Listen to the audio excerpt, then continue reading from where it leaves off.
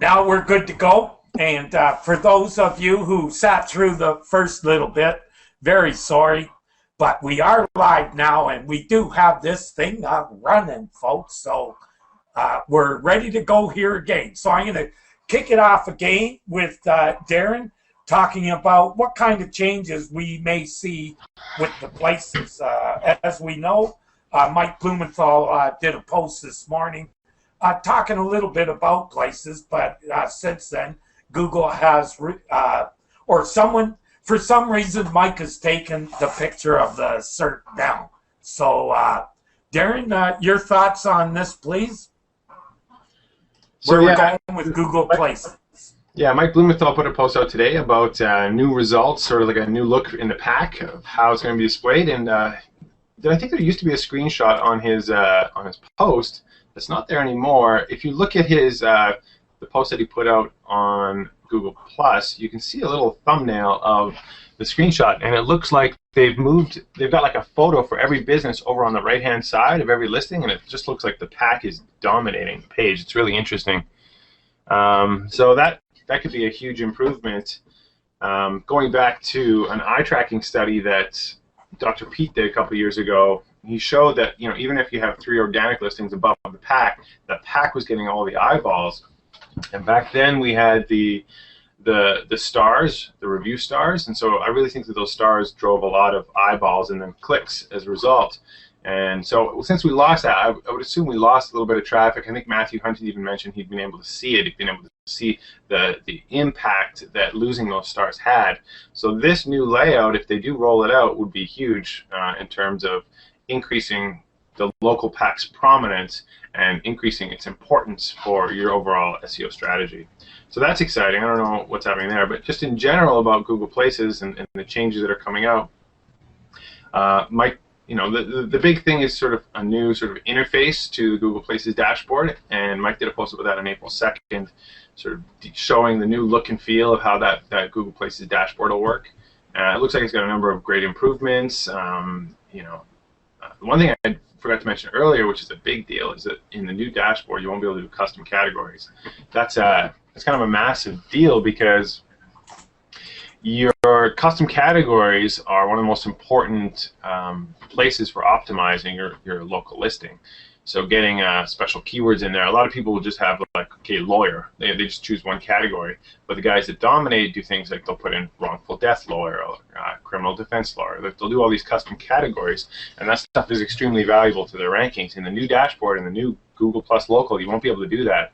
The question I have, and I'm curious if anyone else knows the answer to this, is what happens if you've already set Google custom categories, and then when they do the merge, do you lose those custom categories, or are they still there? And if that's the case, then everyone should go out there and update their listing and get some custom categories now.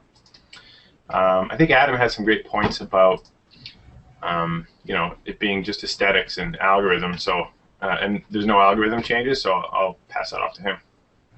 Yeah, Darren, good point. I had actually forgotten about the custom category bit, and I was talking about Google Plus Local on-site measures, and definitely if or when they change those custom categories, that's, I would imagine, going to make a big deal, because I can tell you personally, and I'm certainly not ashamed to say, with some of my more aggressive legal clients, you can bet that we've got lawyers, attorneys, and then the stock category, and it works great. So it will be very interesting to see what happens here, and I'm trying to think back, last time they made any similar changes, and whether anyone was sort of grandfathered in once they had already had things tweaked a certain way, and nothing comes to mind. But I think you're right. I think we should, anybody who wants to be aggressive like that. And of course, there may be consequences down the road. I don't know, and it's kind of a gray area. I would say, but if you don't mind the heat, I think it might be a good idea to jump in and do that right away before they make the change. So that seems like such a big indicator for rankings, and to have that removed, I guess we'll just have to be stronger everywhere else. And I can't imagine there would be a penalty if you have custom categories. Like, I can't imagine there'd be any repercussion. Like, when they decide to merge it, I would assume at worst they'll just drop your custom categories. So Yeah, then probably. you have to go back in there. Another change that happens is right now you get 5 categories, and the new dashboard you're going to get 10 of their preset categories. So that doesn't even seem helpful, because typically in the presets you won't be able to choose 10. So it's bizarre to me. I don't know why they would provide 10. Maybe, fingers crossed, they'll allow custom categories back in the dashboard. Right now they're saying no, but maybe you'll be able to do it. having custom categories makes the ontology a lot harder for the categories. I think that's exactly the issue. They have no control over the categories that way. Right. I can't see that working on a transition. If they're changing, that'll be an anomaly for sure. Mike Blumenthal did a post on that too, basically highlighting the deficiencies of their existing category taxonomy, because there's a ton of business types and that just aren't reflected in their existing categories, and he highlighted a number of examples. But what if, Darren, what if they took the custom categories and just made them part of the ontology? That would be a mess, because it would be millions of them. Just because everyone does it, everyone types in those categories. They could look at them and prioritize them. Just saying. Yeah, they could have people. That makes more sense. I'm sure they will do that. People name any category they want. That's a resource. Because I've seen people in the same industry call the same thing 2 different things. Yeah, 4 different things. Yeah, weird things with the custom categories. It'd be like, you know, pet hair loss lawyer. Just weird, like, stuff like that. So, yep. There probably are guys that do that. That would be a nightmare from their standpoint for resources. Yeah. But not any bigger than tracking custom categories. Well, I mean, custom categories would be a nightmare. Oh, yeah, that's what I mean. That's why I can see them saying, okay, we'll give you 10 categories, but you can't make up your own. Yeah, that would make more sense. Just one thing I wanted to point out in regards to what Darren was saying about the stars on the reviews for local listings, how that brought more traffic. It's pretty well known that any picture in a SERP draws the eye. So it's not just the reviews, it's any picture. That's why videos are so clickable, and why you should add a picture to your news. Because Google also includes a picture as part of the optimization for news. Mike, any thoughts on the custom categories, excuse me? No, I think like everyone said, it's still kind of up in the air what you're going to do. I think Darren hit it spot on when he mentioned the fact that you're getting 10 options, but I've worked with very few where if you're looking at the kind of ones that Google gives you to choose from that actually would fill that 10, you're lucky if you get 2 or 3. Depending on what search space you're working in. So I'll be curious to see what they do with that. Let's hope they keep some sort of customization, or at least broaden what's available to the user. Because right now, people are going to wind up either with nothing listed for their business, or they're going to wind up with 1 or 2 of the 10 available to them. Mike, just to give you, for instance, where there could be easily 10 categories, a music store. Yeah. Right? Yeah, for sure. Whereas someone like doctors, there's probably more than 10 different kinds of doctors, too. Oh, really? Like you have general practitioner, and then each specialist under that, right? Right. So probably 10 different kinds of insurance.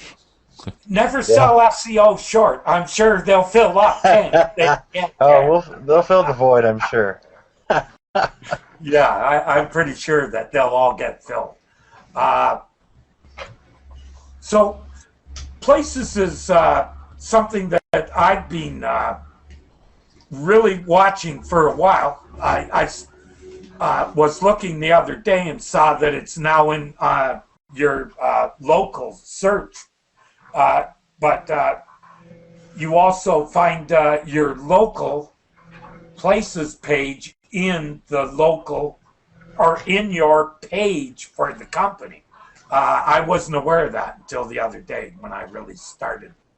Those are businesses that have done the merge process. So if your Google Plus business page, if you've manually done the verify and did the merge, then you will see it all in one spot. So you'll have the Google Plus business social stuff, plus you'll have your Google Plus local listing, all kind of on one view. That'll be what the new thing looks like. Most businesses haven't done that, and the current recommendation is to not do it just because it's so buggy. So just wait for Google to iron out the kinks, and then do it. So that's what that is. I can bet you any money the next procedure is that you do not have an option you're changing now, whether you like it or not. Any comments? I would assume that's coming down the pipe for sure. I mean, they're trying to consolidate all of this as it is. I'm sure once the dashboard's all squared away, it's just a matter of time. It's just when they're going to pull the trigger, I think, at this point. But I'm sure it's coming. The writing's been on the wall, but it's been, like Darren said, it's been a very buggy process. So if you've dealt with people that have merged or have had to merge yourself, it's less than perfect. So my guess is they definitely want to make sure they worked out all those kinks before they pull the trigger on that, because Lord knows what a mess it creates. I'm pretty sure they've come right out and said it, that they will force everyone to merge. Yeah. What? Sorry? I'm pretty sure they have come right out and said that the merge will happen automatically. It's going to happen. All the businesses, if you have a Google Plus business page and you have a Google local listing, and they have the ability to sort of connect those based on your address and phone number, then the merge will happen automatically. Yeah, I think that's what they would be looking for, address and phone number and name. So basically NAP information. If it adds up, bingo, bango. Yeah, in the manual verify process right now, in the manual process, you type in your business information after you click verify, and then it goes out to the local packs, to the local database, and says, "Is this your listing?" And you can choose which one it is, and then you choose, and then it connects the two. So that's that whole process of matching them up will happen automatically. That must be a nightmare for companies that have multiple locations in the same city, sometimes blocked from one another. That's an important point, very important point. If you have multiple locations, do not merge your Google Plus, because your Google Plus business page, applies to the business overall. There's no way currently to match up a single Google Plus business page for a multi-location business with multiple listings. So if you have multiple listings, don't do the merge thing now. The general recommendation is just not do the merge thing, but especially if you're a multi-location business, don't do the merge thing, because then you're just associating your Google Plus business page, which is your whole organization, with one particular listing. So don't do it. So I'm wondering if we'll see on the post or in the future that when they do this, that they'll just add the extra locations and have like a location finder built right into the page. Yeah, I don't know how they're going to do it. That'd be awesome, eh? I think in the Google Plus business page, you'll specify your locations, and then they'll connect them up. Okay, so a company will have multiple pages? A company will have a single Google Plus business page, and then they'll be able to add multiple locations to that page. I think that's the only way it makes sense. Yeah, that's what I mean. Like have one page and then a place where you can find all the locations. Yeah. So like a location finder would be awesome. I can see that would incorporate that. Yeah. Like, imagine it was, Pinkberry or Pizza Hut. How would a brand like that manage all their locations? Yeah, especially in the United States. Canada, not so much. Could you imagine Starbucks? Exactly. McDonald's. Yeah, or McDonald's not quite so bad. Well, maybe in the States, not here. Or Hortons? Yeah, Tim Hortons are be like Starbucks. I mean, it's nothing to see them almost right across the street from one another. Yeah. Okay. So, Mike, any thoughts on this? Where we're going? No, I think it's all kind of in the same boat. I'm with what they're saying. I don't see it. Okay. So I'll start with you for the next question. That way you can't do that. No, that's fine. I'm just kidding, buddy. I know you know what you're doing. Okay, so, and I know this is a good one to start with you, because I was thinking about the role of citations and links in the local algorithm.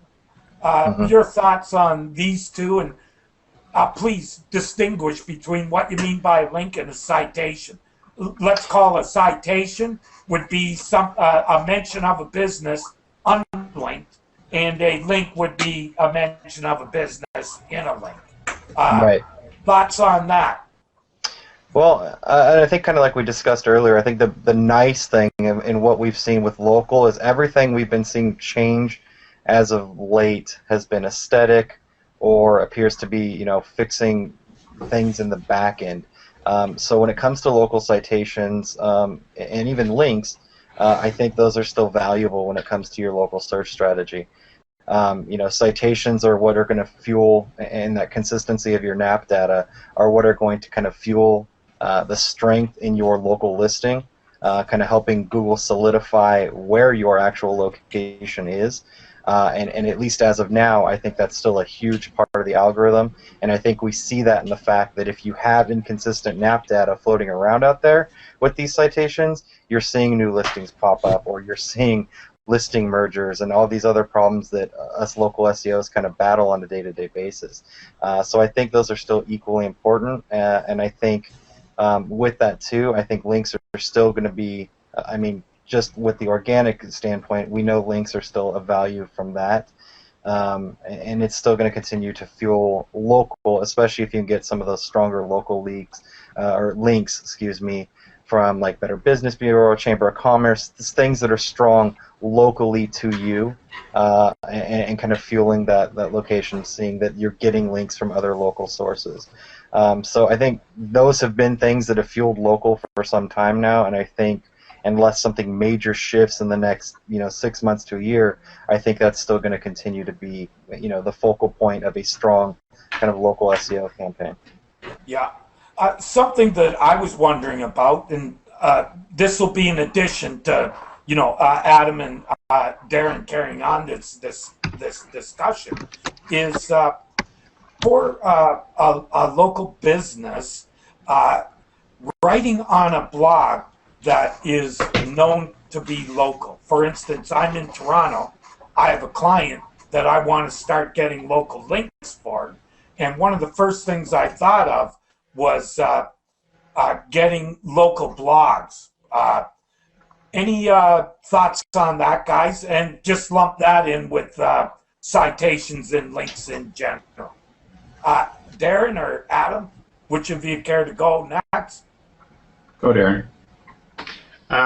So that's the key link building strategy. One of the key link building strategies for us in local. So just reaching out to prominent local blogs and getting a guest post. For example, we had a moving client, and there was this great blog, livinginedmonton.com, and so for that blog, we just pitched a topic idea like, top 10 things to consider when you're moving to the city, right? So that was a great guest post. We had the writing outsourced, cost us a couple $100, got it placed. Well, cost us We don't do that. We don't even talk about that. Nobody pays for anything. It all just we didn't have to pay for there. the placement. We had to pay for a writer to write the post and put pictures in it and make it good. It was But some quality, people would even say quality writing. That my client is a small business. He doesn't have the skills or the time to write a good quality blog post, and so we outsource that to a freelance writer. I'm just kidding, Darren. No. And then we pitch it. Yeah. So, And the thing is, how do you think that they're determining that local blog? Are they going and looking at the contact information for the blog, do you think? Or Well, the domain name was livinginedmonton.com. So that. For instance, Canada 1 is a local directory here. Would that be Toronto or Canada? Canada 1, like a local directory? Well, that's more on the citation side. No, it's a business site, actually, where I'll be writing again. So, well, I don't know. It depends. That's Canada 1 sounds like it's nationwide. It's not specific to any. Right. But it does a lot on local Toronto businesses. Right, and there may be sections of the site that are about each part, and that's still a valuable place to get right. some of your content up there with the link. And of course, every time you're doing anything local, if you're getting a guest post out there, make sure you get your citation into the post content as well. You know, this post was written by business name, address, phone number, or contact them for more. So get all the NAP information into it if at all possible. Very important, yeah. You definitely. So, hey, Darren. So you're seeing mention of the address, phone number as being extremely valuable as well in the citations? Say that again? You're seeing it as extremely valuable to mention phone number and address in the citations as well as the business name? It's not really a citation without it. You know, there's something that's called a partial citation and a full citation. A full citation is your name, address, phone number. Then you're hooking into the local ecosystem. So you're hooking into Google Local. There's the concept of a general citation, which is just a mention of the business anywhere, and that citation is kind of more on the entity side, you know, on the organic side. But when we're talking about local and improving your local pack rankings, name, address, phone number is the key. You want to get all of them. But you can do it with just the name and the phone number is still considered a citation. The name and the address is still considered a citation.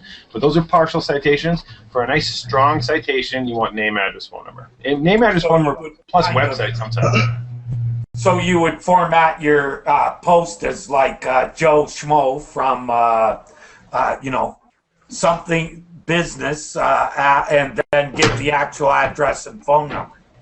For sure. The contact, and then so it could be. It doesn't have to be like in a structured format, right?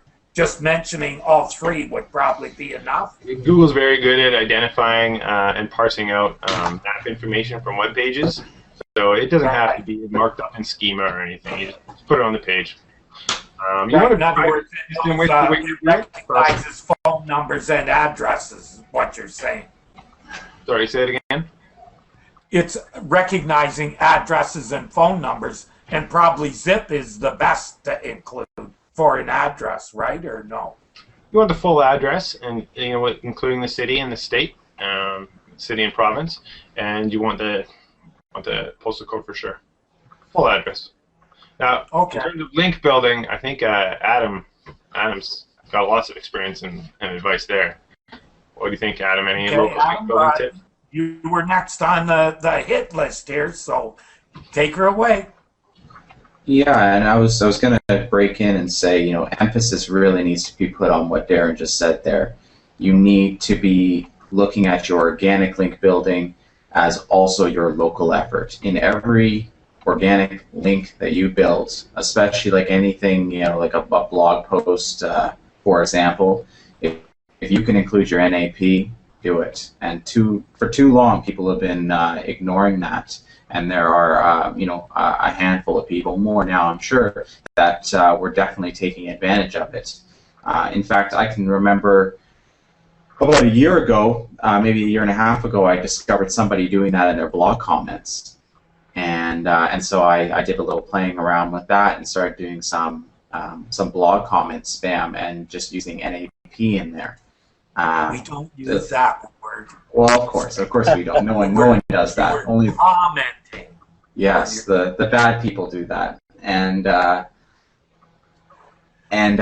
definitely saw some. I did this or someone did this for a personal injury lawyer. Yeah, and I have a friend. Go ahead. Oh yeah, and we certainly saw some movement from it in pack results. So I haven't played around with it, or he hasn't played around with it in quite a while. But it just shows you that thinking local or being local centric in your organic organic link building is certainly very valuable and should be, Yeah, should be I can. addressed. My limited experience when local first started, one of the first things I did was to, on every page, on every website, is I include full business name and full addresses and phone numbers, because at that time it was kind of like Google would associate the content on that page to being local using that data. Any thoughts on whether that has changed any? And that kind of leads into another one of the topics I wanted to go over, which is the role of the website in local. So it's not just your local listing with Google and Bing and that, and the directories and stuff, but what do you think the website is? What role is the website playing in that, Mike? So what you're asking, what role does the website play from a If you local were rankings? going to, say you were starting a local optimization campaign for a client, what would be the things that you would be looking on their website for to optimize for local? Well, and I think the big factors are going to be similar to what we're talking about with citations, is having information within that website that ties it to the location you're at. So making sure your pages have your phone number on it, making sure your pages have your address on it. If you're focused on a particular area, when you're optimizing, titles, descriptions, and the like, just the same way you would with an organic search strategy, making sure that you have those kind of local elements included in there as well. I know a lot of times people will throw phone numbers in the description, they'll throw phone numbers in the titles as well, or sometimes zip codes to kind of strengthen that, depending on how you're going about your strategy. So it's making sure some of those local indicators are included with your kind of traditional on-page optimization. So that's definitely going to come into play as you build out a website or as you're optimizing a website. You still want to keep in mind your standard kind of SEO practices, but you want to integrate those local elements as well.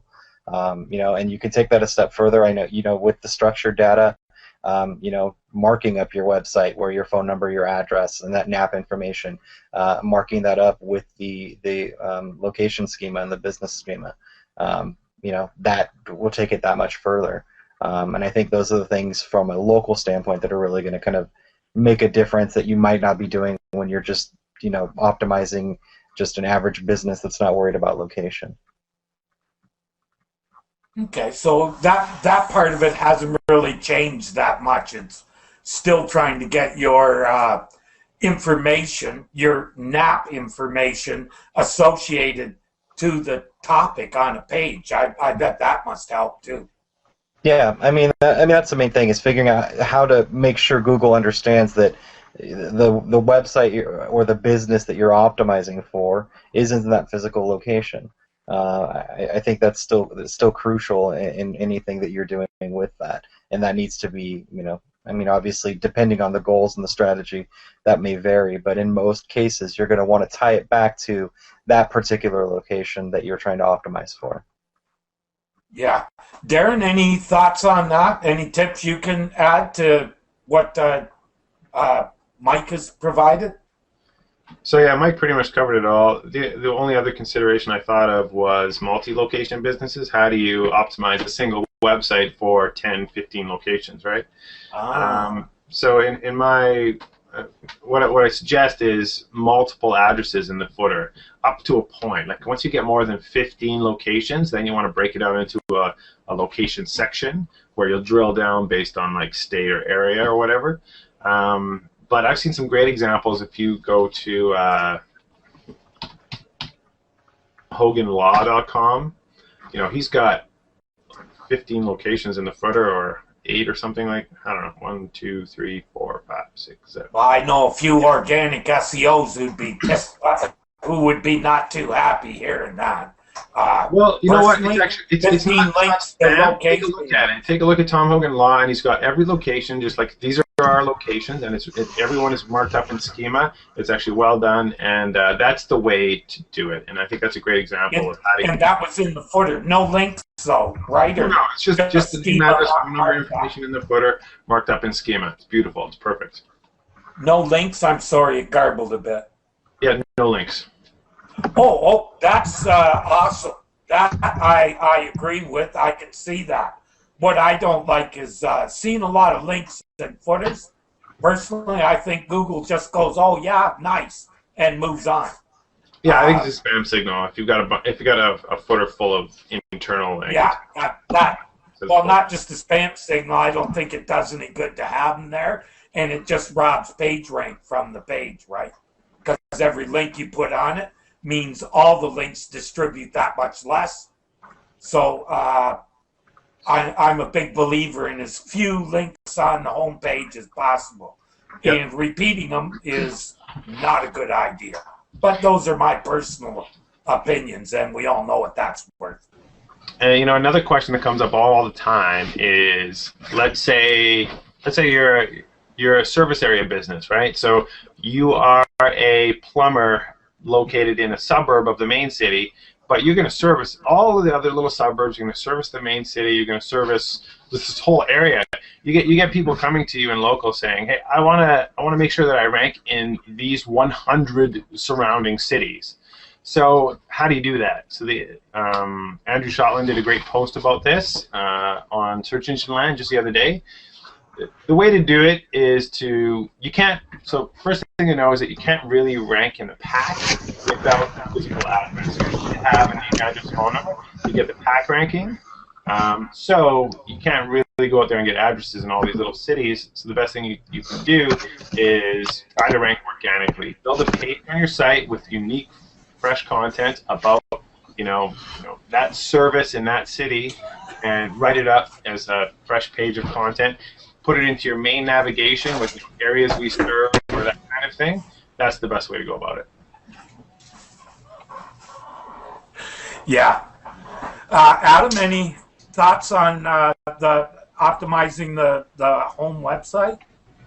Yeah, someone said a long time ago that your site should be your very best citation, and I think there is a lot of truth there, even if your site isn't, especially the most authoritative site around. And I think it has a lot to do with the fact that you control your website. You can use fancy schema markup, which isn't really also fancy anymore, but used to be. You can modify your content. You can modify your tags. You can do all of these great things that are going to make that citation that much better. So I think emphasis certainly should go there. Darren just covered multi-locations. I didn't actually look at that resource that he pointed out, but what comes to mind is, and I agree, around 15 locations is where you really should start to break off and get it out of your footer. That's where you should start to create local landing pages for each location. I found one really good example. It's not live yet. We're just designing it right now, or someone else is designing it. I'm the SEO on the project. And what they did is they used sort of a jQuery setup in the footer. And so you click on Illinois, for example, and then it would show the Illinois locations. You click on Indiana, and it would show the Indiana locations, and they're all marked up real nice. So that if you don't want to have just a ton of addresses and sacrifice those aesthetics in the footer, jQuery is I found anyway, is a pretty good way to go. I don't have a link for you right now. That site's still in staging right now. So I was talking about your website. Oh, for gotcha. the notes. Yeah, thanks. That sounded good. And lastly, the last topic that I kind of wanted to look at today was the importance of consistent NAP information. You guys have gone over this over and over through. This is kind of being like a recurring theme. I'm cleaning one up right now, and this business has decided at different times to call itself different names. So any ideas on how I should go about that problem? Use Darren's tools. Yeah. Find the inconsistencies with Darren's tool, which is at whitespark.ca, citation finder. Have used it, pardon me? Yeah, there's more to it than just the local citation finder. The local citation finder can definitely help in the process, but the local citation finder can only search based on phone numbers. It's the only way that it can search. So you actually need to do a little bit of legwork in Google if you're doing a NAP cleanup before you jump over the citation finder. So the way I recommend you do it is you always start with questions to the business. Give me a list of all the different phone numbers you've used over the past 10 years, however long you've been in business. Give me a list of all the different addresses you've been at. Have you ever moved locations? And give me a list of all the different business names you've used. Once you're armed with that, you can start running all these different searches in Google to find variations of the NAP out there. Then, if you know that there's 5 different phone numbers, and sometimes you find them, so you'll run a search like, business name minus the main phone number. That'll show you citations that have the business name mentioned, and then usually when you look at those, you'll find a different phone number. So that can be really helpful to help you dig out some of those extra phone numbers. Then once you've got a list of all these past phone numbers, that's a great time to throw them into the local citation finder and find all the cases, all the places that those phone numbers were used. The nice thing about the citation finder is that it will it parses out all that garbage that's in the search results, so all the reverse phone lookup sites, all the total junk sites. The local citation finder we've been improving our filters for a long time, and so you're just going to get the raw list of important citations. So that's the process. But citation finder is not going to help you find those cases where the address is messed up. You have to just run Google searches, trying variations to find them. But if it's a Google search, we know where we go, don't we? Citation Labs and run Link Prospector, folks. It'll do all that for you and more. Terry never thought of that. It's a tool we developed, and I never even considered that you could use that for citation cleanup. A custom query. Oh, I use it for my. I'll tell you, the tools on Garrett's site are how I do half of my link cleanup. The biggest half, the hardest half. Finds the de-index sites, finds the de-index sites, finds sites that have no email address, cuts when you're done, you only have about 20% of your links to go and actually review because you've eliminated all the crap using his tools. Outstanding. Like, I couldn't believe how well it worked for a lot of this stuff. Yep. Yeah, I should write a post on how to use the Link Prospector for citation cleanup, because it would help a lot with finding all those instances of address variations. Absolutely. Listen, I've been looking for something that crawls Google's results for quite some time, and I have found nothing like it. For instance, when I was working at another place, often I had to go and find, say, all the PDFs on a site. Do a site search, file kind, and then take that, run it on Google, and then run it on Link Prospector, and it puts it all in a CSV. Job done. Because that's what used to take me all the time, was getting the results off the search. Yeah. Cutting and pasting, and it really got problematic when they started doing the crap where they give you the Google link instead of the real link. Saves me a ton of time. I use that tool like 90 for almost everything I do. You can use it for I can go on and on. Garrett hasn't paid me enough to do that yet. We're gonna have to send you some money in the mail or something. Yeah, or give me a job or something. I don't know. Anyhow, so what are your thoughts on that? Anyhow, the cleanup is important, I think, and I'm lucky that I'm just cleaning up a name. The address has never changed, so I got a feeling it's going to be pretty easy. I think you can think about citation inconsistencies and the whole NAP cleanup stuff in the same way that you think about the fact when you're not canonicalizing your domain. So if you've got a www version that's indexed and getting links, and you've got a non-www version of your site that's indexed and getting links, when that happens, you're splitting your link equity, right? So you're getting, some links to this domain and some links to the other subdomain. The same thing happens in the citation space. So when you've got multiple sort of variations of your business address out there, you're not really getting the full credit to your listing. So, you may have 20 good citations that have your correct information, but out there you could have another 100 of previous versions of the address, and when Google sees those and they can't connect them with an active listing or a live listing, they just drop them. They're not crediting your business. You're not getting the full benefit of it. So I think that's really where things come down to with that whole citation cleanup. It's like citation reclamation. When you can go out there and you can clean up those citations, you're just improving, the number. And you can also cause all kinds of problems with duplicate listings. So you get these duplicate listings, and when there's duplicate and Google can't trust the data, they don't know what to show, then they just don't have any trust in it, and so it can affect your rankings that way. I think those are the main issues.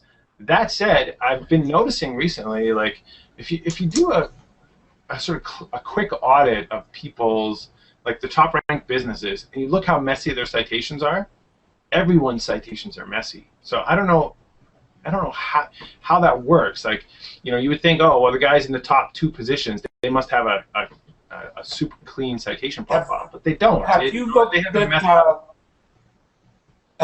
at the guys out of Montreal, Sweet IQ? When they bring in your listings, they actually give you a score on the NAP.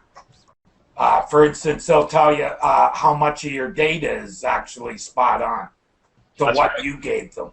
Yeah, they won't let me see their software. They consider me a competitor, so they won't let me sign up for a paid account. Meet me on Skype sometime, Darren. Be happy to show you. Yeah, but yeah, I've heard that it's a decent piece of software. I don't know what the pricing is. It's okay. I've have been trying that one out, and I am also trying your software out, kind of. So you'll probably see a review of both of them together. Yeah, Wissam, you should probably talk about this. You should talk about Get Listed and Yext. I was going to mention those, but yeah, you go ahead. Yeah, well, Get Listed is now called Sweet IQ. No, that was also Canadian boys. not to be confused. We're all behind them. He hated it when they launched with Get Me Listed. Yeah, it's different. It's basically right now owned by SEO Moz, which operated by David Mim. If I'm pronouncing it right. Yeah, and they do also have a pretty nice back end to check your consistency, not just with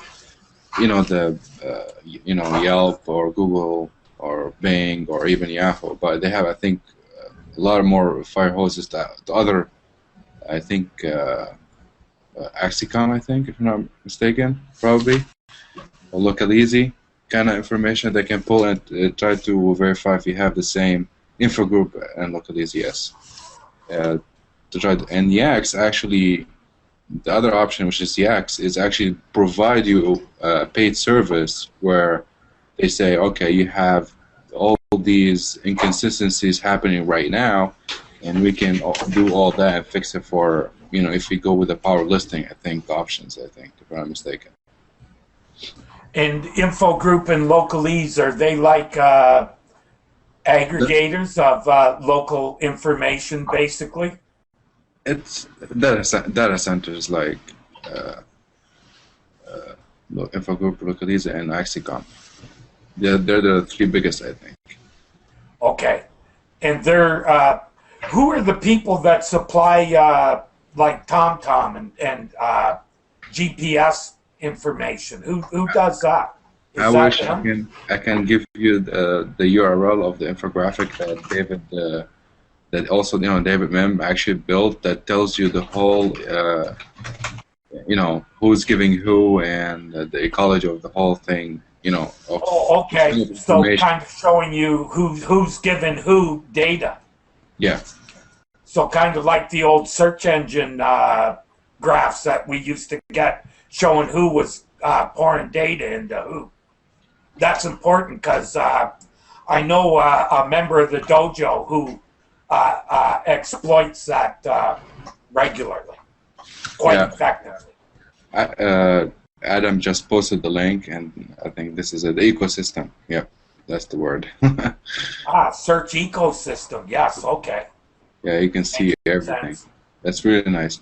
I tried to gather information for the Middle East area and to get more details or from where they're getting the information, let's say in Dubai, and they're so secretive about it. From Google point of view, I tried to approach a couple account managers over there in the map department just to provide me information from where you're getting your info. They're very anal about that information. Yeah. Well, you can bet if there's a major provider, like anybody on this ecosystem, you can bet they're verifying the data against that stuff.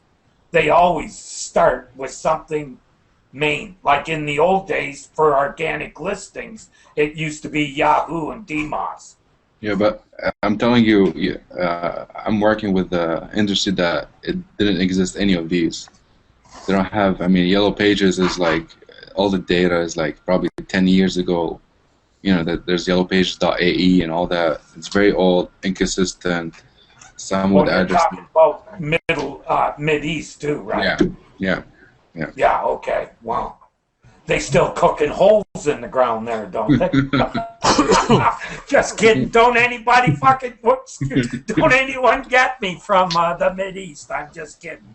Take the joke or move on. Come to the wrong place. Too little, too late, Terry. Anyhow, just kidding.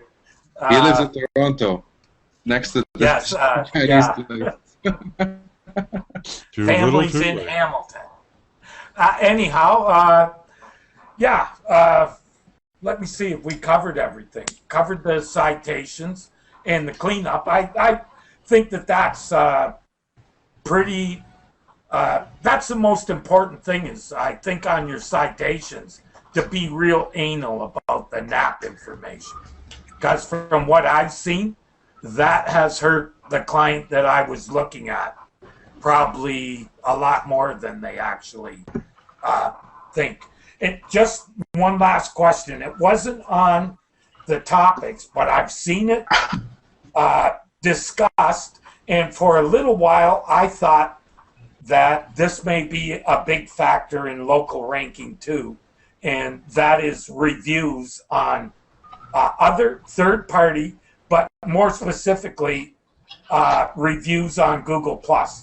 Any thoughts as to whether they are boosters? Any one of the three experts care to chime in?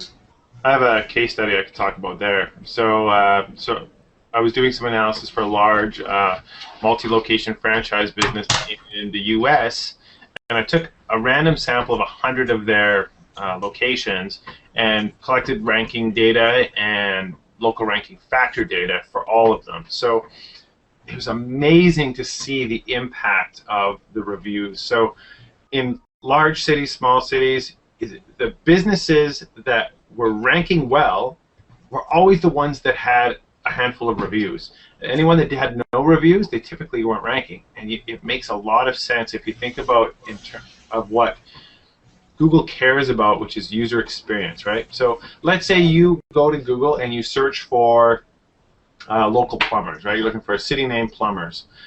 Well, if Google has, let's say in their entire database of plumbers, let's say 200 plumbers, and they have a handful of them, like up to 20, that have reviews, those are more valuable listings for Google to show in the pack because they help the user analyze those business and determine if that's a good business for them.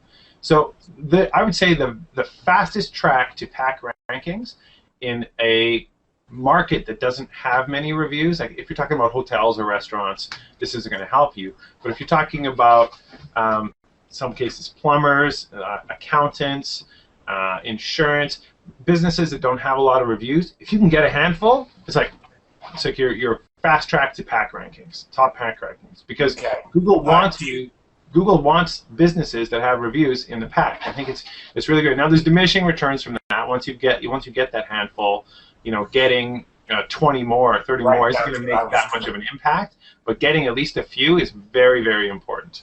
Right. So it's maybe not. And sorry to cut you off there. And we're kind of getting near the end. We want to move along quickly here. So basically, getting some is important. Getting large quantities, probably, as you said, diminishing returns. Look at how many the people in your space have and kind of judge by that, because too many is probably also a flag as well. It can be a flag for sure. And you certainly don't want any spikes. Don't send out a newsletter and say, "Hey, everyone, review us on Google+." Any of those spikes, you'll just get filtered out. Yeah, or don't have people using your computer at your location where everyone's using the same computer to do their review. That's kind of. Any other tips from Mike or Adam on reviews? Getting them past that Google knows? Yeah, about you mentioned there, don't do it on a single computer at a single location. Definitely don't do that. I would also recommend definitely third-party reviews. You didn't mention those. There's a lot of weight there, and when Google picks up on them and throws, I guess they just throw the one, or the fact that they did scrape the review, actually show the review anymore. But I've seen when Google finally does that and starts to pick up on those reviews occurring on local directories or whatever, I have seen listings finally take off that were otherwise at the back of the bus kind of thing. So spread the love.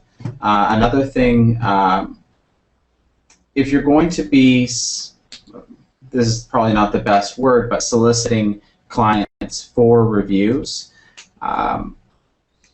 get a sense of which accounts they have. Like, for example, if you're creating like a review portal or something like that on your website and trying to funnel them to your preferred or the most authoritative local business directories, try and create a system where you ask them, where do you already have accounts? Are these accounts that you use regularly? Because these are signals that Google and Yelp look to when they go to filter reviews or not filter reviews. They look for accounts that have some maturity, that have left some reviews perhaps, that are regularly used, and so you want to send reviewers to review in places where they are active. Now it's not a certain thing. It's not something that is always the case. I've seen people get past the review filter with with brand new accounts, no problem. But if you're going to be spending all that time and effort getting people to place reviews for you, at least have them post in places where they have accounts, where they have maturity, and where they're going to have the greatest success rate at getting those reviews to stick. Because otherwise, you're wasting your time, and even worse, you're wasting their time. Okay, that sounds very interesting. So what I gather from you is just don't concentrate on the main ones like Yelp, etc. Kind of hit them all down the line so it's consistent. And one thing I'd like to add to that too is if you're in a particular niche that you're working in, definitely hit some of those niche specific sites as well. Like I know when I worked in the medical space for a number of years, things like health grades, and vitals and things like that. Those are definitely going to help as well, because a lot of times those will show up for those kind of niche specific searches, and people are going to be looking at that, and those can oftentimes be picked up as well. So don't. It's nice. Everyone likes to go after Google and Yelp because they're so prominent, but definitely consider some of those niche specific sites that people are looking at as well. Yeah, they would be the ones, Mike, that you would also want to be getting for your organic results, right? Yeah, I mean that's definitely going to help as well, and a lot of times too, those will give you a citation with it also. But yeah. If you're wondering, in my industry, how do I find the best places to get those third-party reviews? Google will tell you. If you browse some of the top-ranking listings, you'll see in the bottom it says, reviews from around the web, and you can see where your competition is getting them. But Adam and his team did this amazing study where they scraped that information from thousands of listings, and they've organized by industry and by city. So you can actually just fire up his spreadsheet and see exactly what the top places to get third-party reviews. That's the link in the chat there, right there. That's that. It's amazing data. It's so valuable. It'll No be one's really definitely picked up on that. included in the show notes. So, Adam, I hope we're not giving away the cow here. No, it was published for a reason. Oh, okay. Good. Good to know. Well, we've gone on. Should be about an hour now. So, any questions from either Doc or the Wiz? I think Wiz had a question.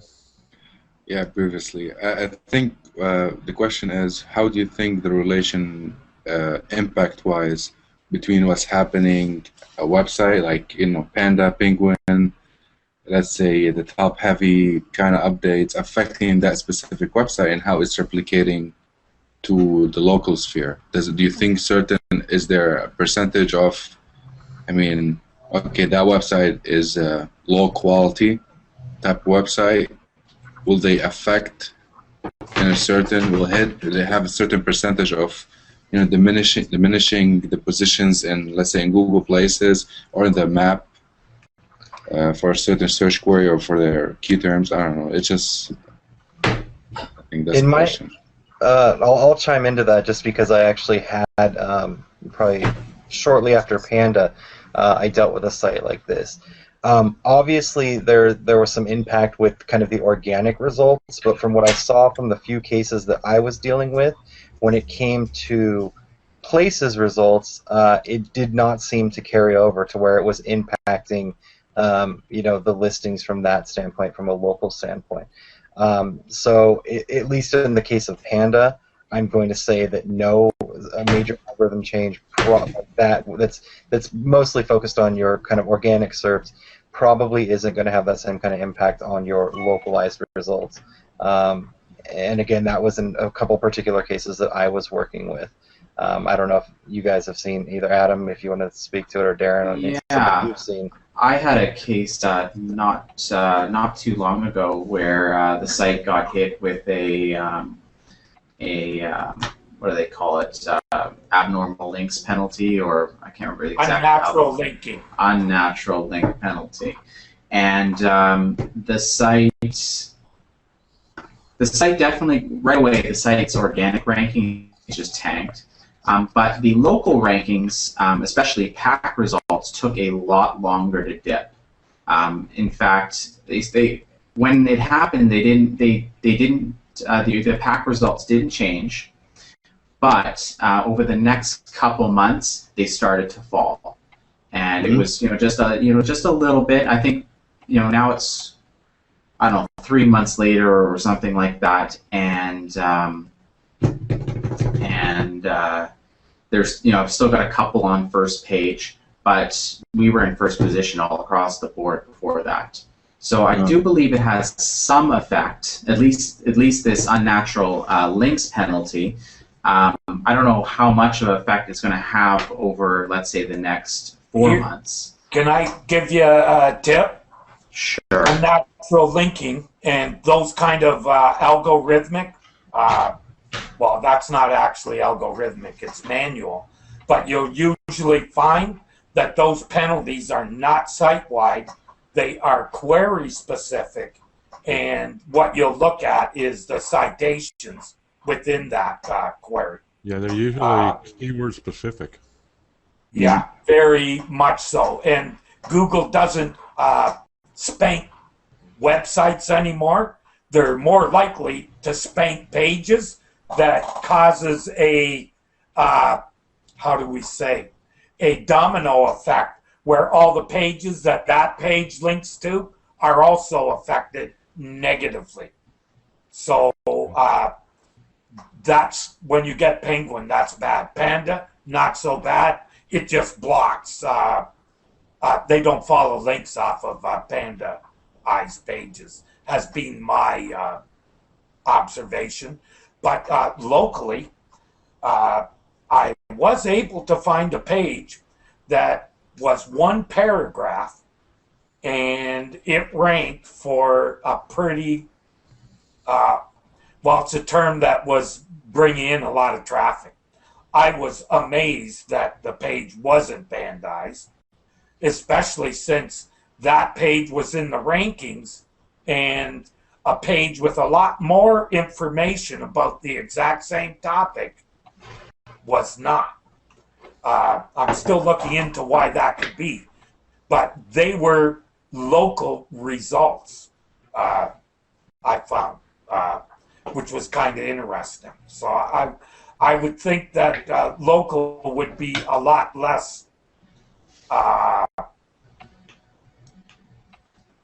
impacted by Penguin and Panda for that reason, especially Penguin, because that's has to do with links, and a lot of the stuff that's in the local algorithm is more citation based. So I can speak to that. I have a couple points to make. With regards to Penguin and how it's query specific often, what you find in the local space is so many businesses spam the heck out of their links with, city name service, city name service, city name service. So you get all these anchor text links that are targeted to that. If they get the unnatural links warning, let's say they have blog networks or whatever, they get the unnatural links warning, with no question that has a massive impact on their PAC rankings as well. Mike Blumenthal and I are working on a study where we analyze how a PAC gets constructed. It's really interesting. Once you start looking at the data, you can see what happens. If you take the data from something that's just purely organic, like AOL search or startpage.com search, and you also take the data from maps, you can see how the PAC gets constructed. And it's almost always like this. The first 2 or 3 are basically organically strong listings. So they have high rankings organically, and so the first couple are typically sort of organically strong, and then the rest of them, they don't show up on AOL or Start Page. So they don't really have organic strength, but they're local businesses, and they get backfilled by the Google PAC, by the Google Maps. So you see that in case after case after case. And some industries have, more organic. Some industries have none. But those PACs are really interesting to see how they get constructed. And so those There's ones. PACs on AOL now? Pardon? No, there's no PACs on AOL. That's why it's a valuable source to look at. I was going to say they don't use AOL results are really good for that kind of research because they don't use universal in their results. Precisely why we're looking at them. It's like our pure organic source, right? So the people that are ranking here, they're ranking solely off of organic factors, right? So anyone that's in those sort of top position that's ranking in the PAC partially based off the strength of their organic, those cases they can certainly be affected significantly by an unnatural links warning or anything related to Penguin. Or, any kind of dampening because of link text would really affect them. Yeah, especially in those specific query spaces. Yeah. Right. Especially if they're EMDs. Same thing, even more so. Yep. Right? Because exact match domains, that's an actual, like Penguin itself on steroids for EMDs. However, have seen recently a bit of a cranked down on the EMDs, like Google has relaxed that a bit. Or I have a theory that all the flux we're seeing in results right now are the actual seed set for the new Penguin being run. Possibility. Which is another theory that we'll probably talk about on the regulators when it comes up. Okay, guys, we got a good solid hour here and lots of good tips. Many thanks going to Darren as usual, and Mike. Always good to see you two guys from the dojo and see you doing so well. And Adam, well, not part of the dojo, but you're still a good guy. Pleasure having you all on.